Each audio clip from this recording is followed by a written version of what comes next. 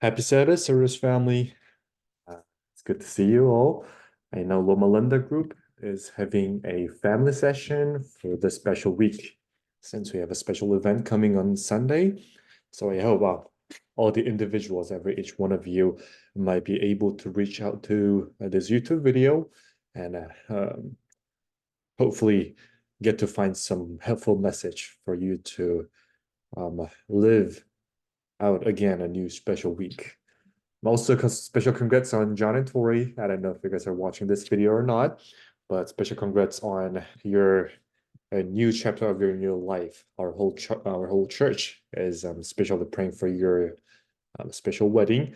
So be brave, be faithful, and have a stern faith that Jesus is going to surely guide your whole to life. All right, so let us begin.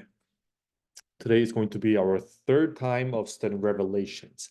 As I was preparing this YouTube video, I saw one subscriber that subscribed from past week. I politely ask you to cancel the subscription. The reason why we are having this YouTube channel is because not to have many followers or subscribers, but to um, give the right directions and the right video to the small groups, not for the individuals. We want you to be there in a small group place. So, as a joke, but cancel your subscription. We thank you for your interest. Anyway, our today's chapter is going to be chapter 1, verse 9 to 20 of chapter 1, right?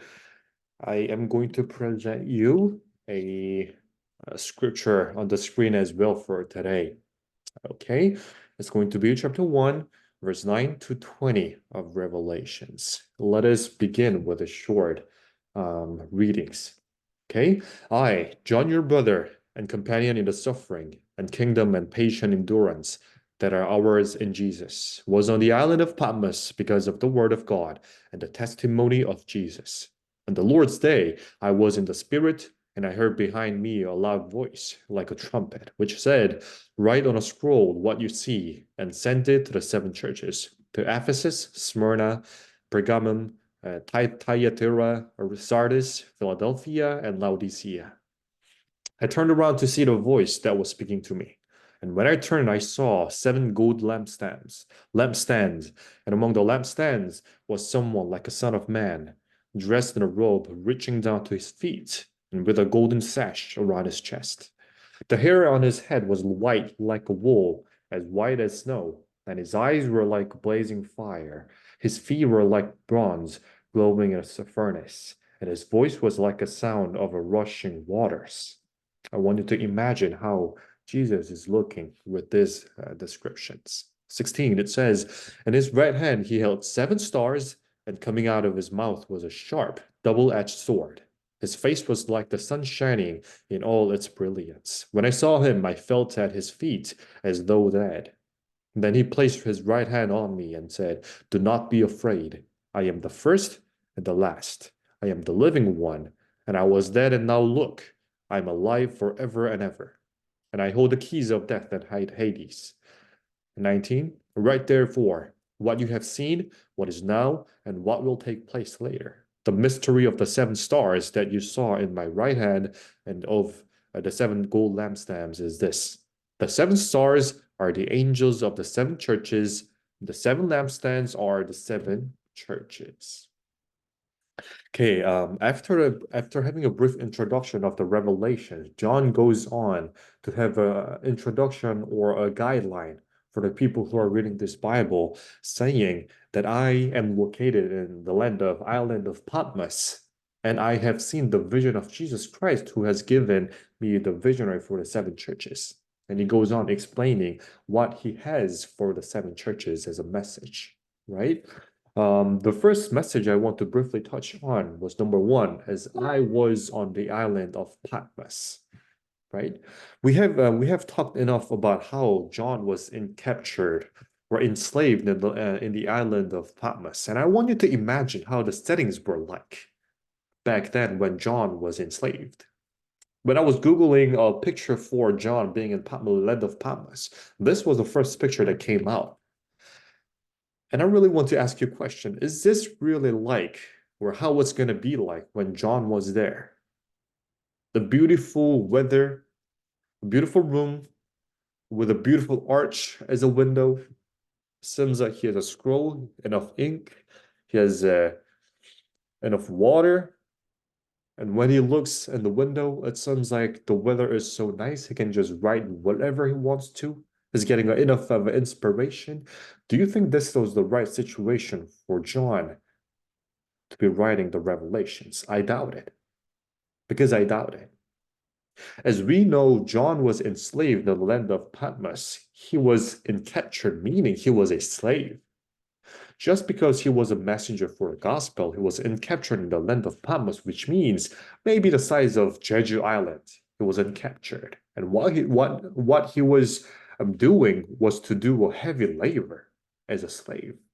As we know, slave means you do a lot of heavy labor for your owner, right?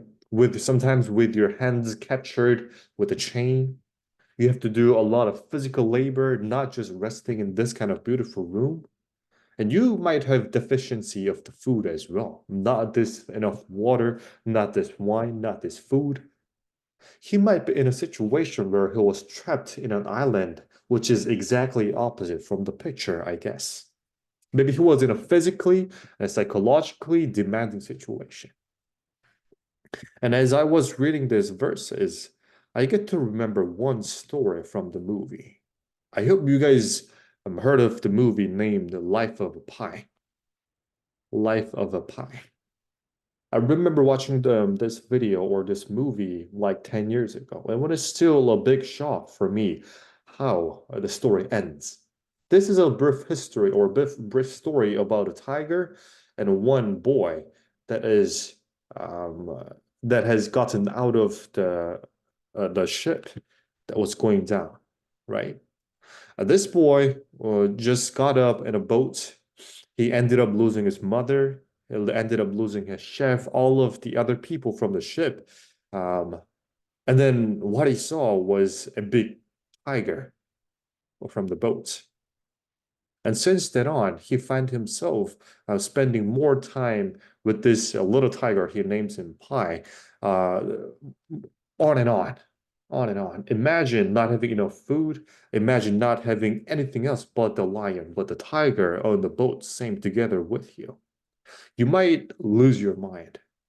And that's what exactly happens to the boy here. He later on describes his story that the life with Pi was crazy, unbelievable, but also beautiful. But the secret later on reveals, I hope you really watch this movie because it is pretty educational. But how he explains his how he explains his secret later on is revealed as um, that his mother was not really dead because of the accident. His mother was dead by the chef, and he also ended up killing chef. He was having like this imagery and the visions that explains such as a fairy tale, but it ends up as a story that is so cruel and that is not rightly described. And because he lost his mind, he rather tries to tell people the story that is a beautiful fairy tale than telling them the real reality that was hidden behind. Imagine you are entrapped in this kind of settings like John or the boy from the life of Pi. Would you lose your mind? If that was my case, I would lose for sure my mind. And what I would do is to start hating some things. Start hating the environment that I am at right now. Start hating the heavy labor that was put onto me.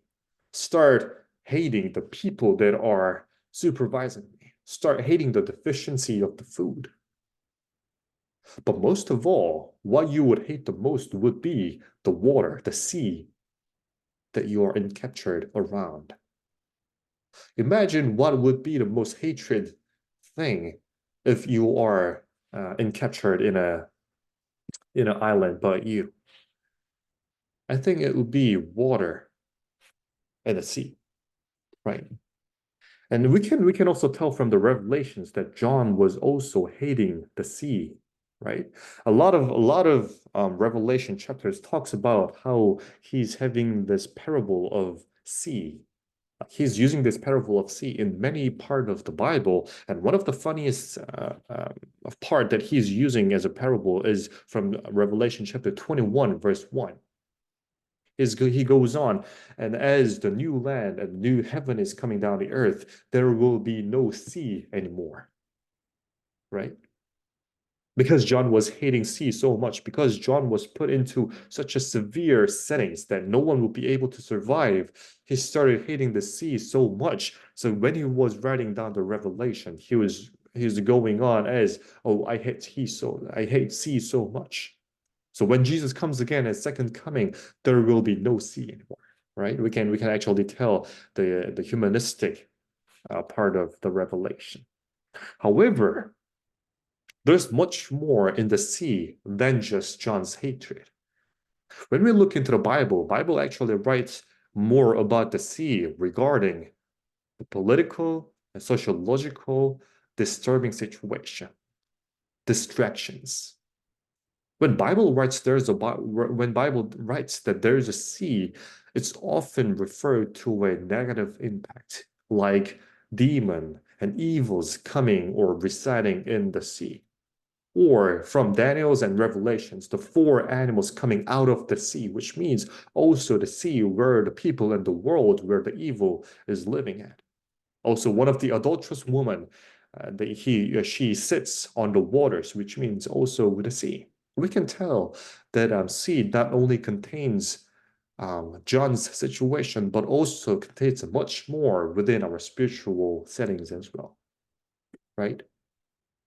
However, yes, we can tell that John was trying everything to get out of that sea.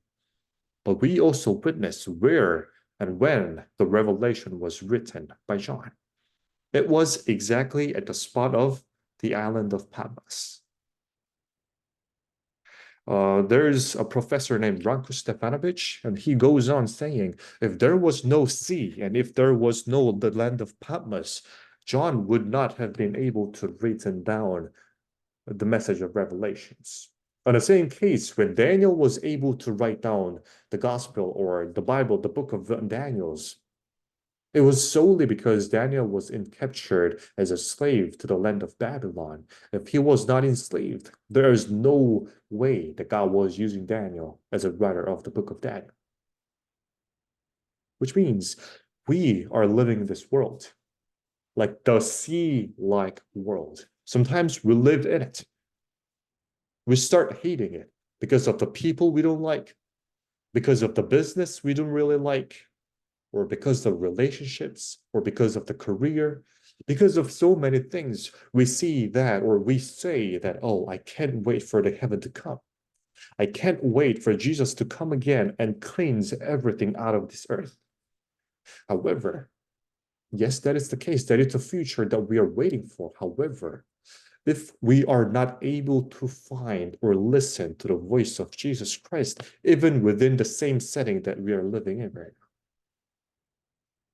maybe there is no future for the heavenly people as well. We have to be able to listen to the voice of Jesus Christ as consequences. Today, I want you to go through to the opening question first at the every each point. And this is the following. What is the sea in your life, in my life, right? Just like John was hating the sea, but he was also residing with the sea, within the sea. What is that type of sea in your life? And do you want your sea, waters, to be in the heaven or not? And explain us why. Okay, you can pause the video here, and once you're done, you can continue the video. This is the second feature that I want to talk about, a second point, which is the features of Jesus Christ, right? Starting from verse 13, going through till the very end of verse 16, it goes on explaining how Jesus looks like, right? So there was someone like a son of man, dressed in a robe reaching down his feet and with a golden sash around his chest. The hair on his feet or on his head was like white wool, as white as snow. I wanted to imagine that his eyes were like a blazing fire. His feet were like bronze, glowing in a furnace, and his voice was like the sound of rushing waters. In his right hand, he held 7 stars, and coming out of his mouth was sharp, double-edged sword, and his face was like the sun shining in all its brilliance. I try to find a good image that can explain how Jesus might have looked like according to this description. And it's pretty funny, right? And this is an AI created picture according to Revelation chapter 1. However, I don't think this might be the exact same image or how we want it to be, right? And there was a better picture of how Jesus really might have looked like by the description, understanding from Revelations, right? So how John writes after watching or seeing Jesus in his vivid vision, he writes down that Jesus was wearing a robe reaching down to his feet and a golden sash around his chest, right? So looking at a picture, yes, he's wearing a white robe until his feet, and then there is a golden chest sash that is going around, right? And this imagery explains how priests were having their clothes when they were doing the sacrifice. So this pretty much signifies that Jesus was wearing the features of a priest, or role of a priest, right? And then he goes on that Jesus' hair was as white as snow and like a wool. And when you see that, this is pretty much older than the feature of Jesus that we usually imagine. For me, Jesus is someone who looks like from Middle Eastern people and have a brown hair, maybe a little bit of a beard. But when John saw Jesus, maybe Jesus has grown a little bit. I don't know, but his hair grew white. Just like Eastern culture, Middle Eastern culture also thought people with a white hair and a white beard was containing, or they were having a lot of experience in their life, which signifies the wisdom of a people. So when you see white hair of Jesus Christ, that means that Jesus Christ was wise, having a wisdom in his life. And also the eyes that are blazing like a fire. Honestly, in order to explain that, this picture explains a little better, I think. His eyes like a blazing fire, right? That means Jesus is having a sharp insight that goes thoroughly, deeply through the deepest minds of the people. So when we stand before Jesus, he would know what we're thinking. He would know what the center of our mind will be like, right? That is the eye of Jesus. And then his feet like a bronze. Doesn't say, but from here, and then his feet like a bronze, which means the stability and the strength are on the feet of Jesus Christ. He's standing firm. And then the voice of Jesus is like a rushing water, right? Even though John was hating the sea so much, the sound that John was listening to every single day was the sound of the water, the sound of the wave. And at some point, he might have felt like this sounds like the voice of Jesus Christ, right? Bright and sound. And then he was holding 7 stars within his hand, which means um, I, uh, I doubt if any of you can relate to this culture, but in Eastern culture, you get to see or you get to view the existence of a star, bright star, as something that is relatable to your fate of your life. So when a hero type of feature was born in Korea, a lot of their biography writes like starts by like, oh, mom was able to witness a bright shining star that are falling to her womb or something like that. Like they were able to witness a bright star within the night sky, and that night the boy was born. It goes on like that, right? It is pretty much relatable to the life of one's heroic life And that's pretty much similar to Middle Eastern culture. When they thought of the stars, just like how Jesus was born, the three wise men or three magi were witnessing the stars, and then they were following after the star, right? When they see or view the stars, it is pretty much relatable to the fate of one's life, how it will end, right? So when Jesus was telling us he was having the seven stars of people's seven stars within his hand, that means that Jesus was having the fate of all humanity, right? The number seven means the entire humanity because it's a complete number. So when Jesus was having that, yes, the fate of or the future of the humanity is within the hand of Jesus Christ. And then goes to the last one, which is, and coming out of his mouth was a sharp, double-edged sword, which also means the gracious authority of Jesus Christ. Whenever he says it, the word of Christ will sharpen like a double-edged sword within our mind as well. So when you have this vivid visionary of Jesus Christ, you get to really ask yourself, how is Jesus like in a real life?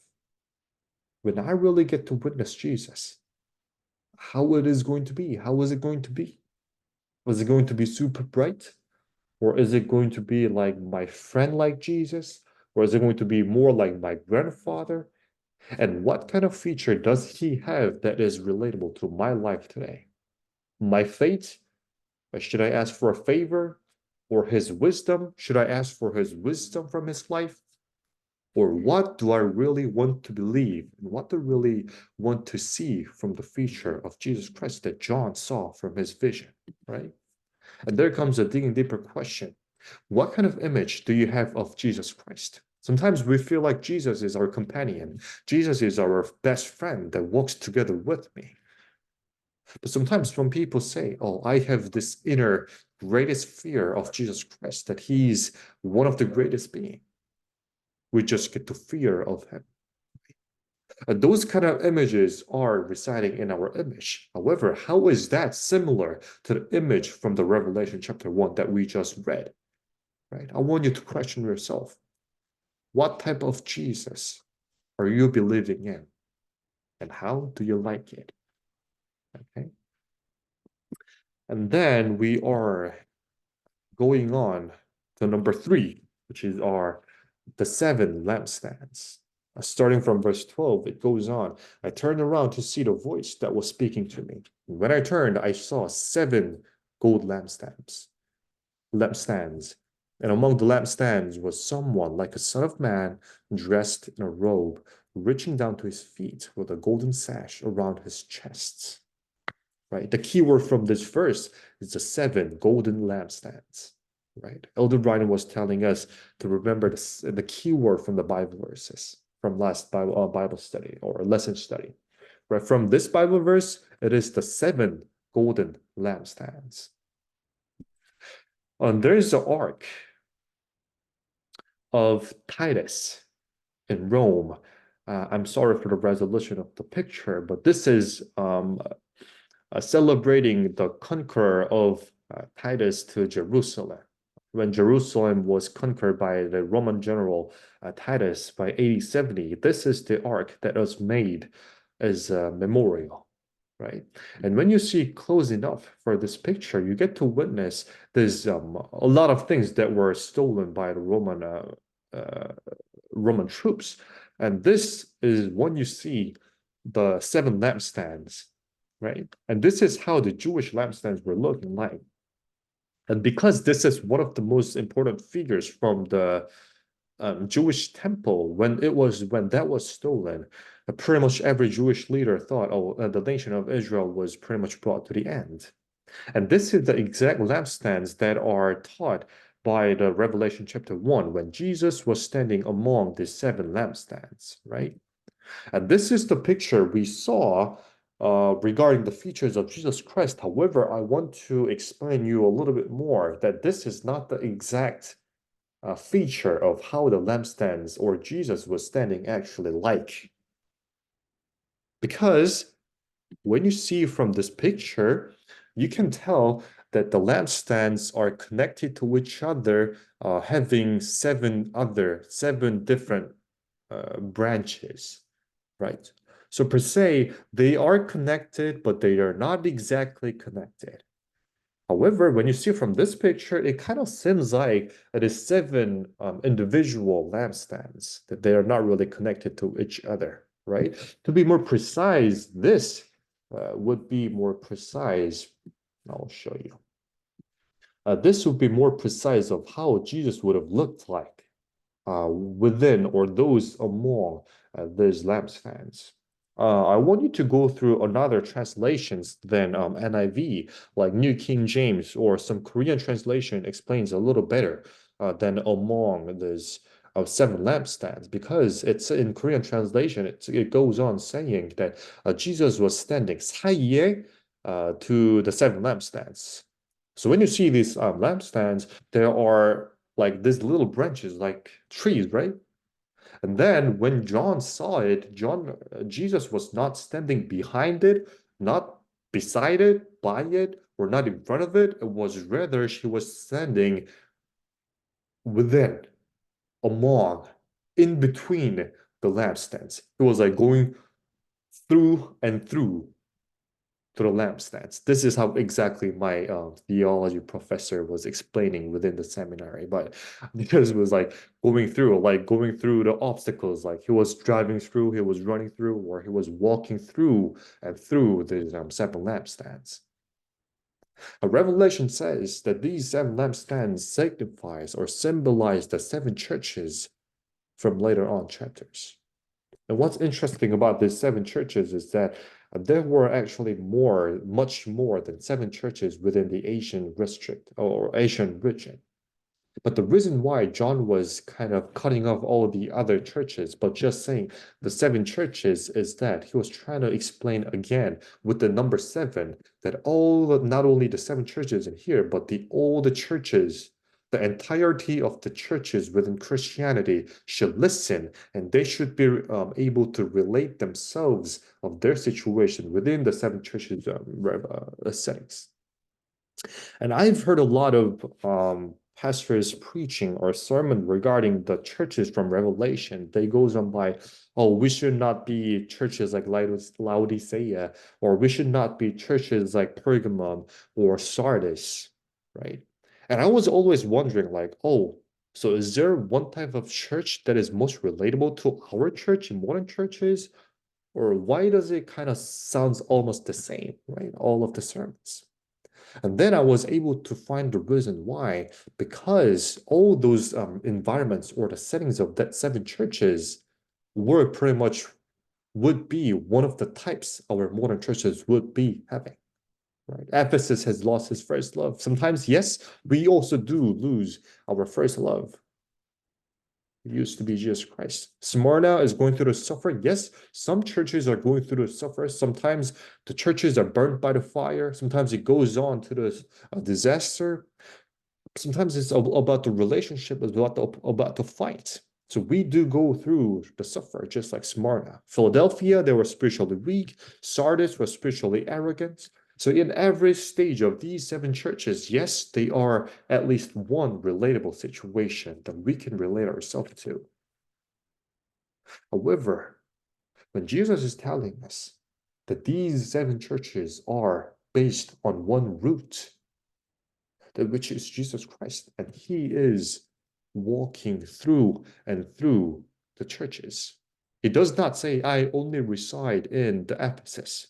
It does not goes on saying, oh, I only favor the churches in Smyrna. I only favor the churches in California or only in New York. He doesn't say that. He goes on saying that I favor all the churches in the world.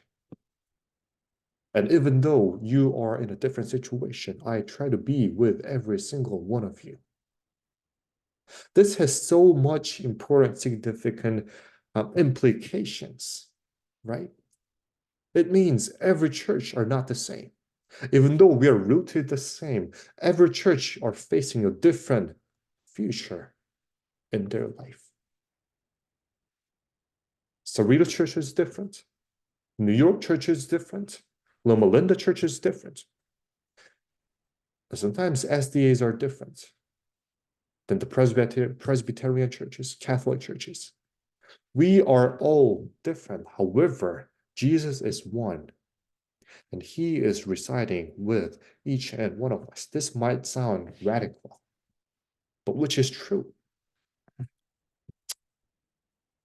Because Rako Stefanovic explains pretty much everything about how Jesus is presenting himself to every church. He goes on saying, Jesus presents himself to each church in a distinctive manner. However, no individual church has the full picture of Jesus. I'm going to read out this verse again. However, no individual church has the full picture of Jesus. Even the SDA might not have the full picture of Jesus Christ. Each receives only some of him. However, all the churches together have the full picture of Jesus. It is important to keep in mind that the full revelation of Jesus comes through the whole church of Christ, not through individual or the fractions separated from the larger body of believers. Furthermore, no two churches share the same aspect of Christ. The obvious reason is that since each church is in a unique situation and has unique needs, Jesus is able to adapt in each situation. Right? Jesus is much bigger than our thought. It is sometimes hard to accept that Jesus loves the other churches as well, not only SDAs. It's sometimes hard to accept that Cerritos Church is not the only favorite church by Jesus Christ, because he does love every single church and every single individuals within the church as well. Sometimes we feel like, oh man, how was that deacon? Or how was that single person within our same church behave that way? Why would he come to church right after worship just to have the dinner or just to have the lunch? Like, why is he worshiping in his own way? And this is an important lesson that we get from the Revelations. Because we are located in an all different situation, the Jesus, even though Jesus, yes, he's the same one, Jesus, we get to see and witness every different aspect of Jesus Christ. And we cannot really blame any other people for their or for their own worshiping style of Jesus. Because yes, we see one aspect of Jesus, but he's going to show his full picture only by all the churches that are believing in him. So let us not be proud that we have the full picture of Jesus Christ. There must be something, there should be something that we can learn from our fellow churches and fellow Christians as well. And what we can do as a Christian, we will be connected to the main branch of Jesus Christ. We will be residing in him, and he will be residing in us. So when the world becomes dark, like the sea, like a deep sea, it becomes dark and sorrow and evil, we will be able to lighten the world. That is the mission of the church that we see from Revelation chapter 1. And I want all of us to go to a reflection question. So what kind of church do you dream of having? Is it similar to our church right now? Or is it more distant from a church? What kind of dream church do you have or do you want to have, right? And what is your role in that vision that Jesus is telling you to do or to be? Thanks for taking place to our Cerritos small group. And I hope to see you all tomorrow, Sabbath. Thank you for coming. Have a happy and blessed Sabbath. Bye.